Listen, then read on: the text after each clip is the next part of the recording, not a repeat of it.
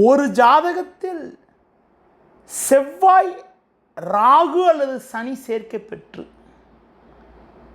செவ்வாய்க்கு அருகில் ராகு அல்லது கேது சனி போன்ற சேர்க்கை இருந்து அந்த கிரகங்களுடைய அமைப்பானது லக்ன பாவத்திற்கு 6-8 இருப்பது, காலபுருஷப்படி 6-8வது ராசின்னு சொல்லக்கூடிய கன்னி விருச்சிக ராசியில் இருக்கிறது அவ்வளோ நல்லதுன்னு சொல்ல முடியாது.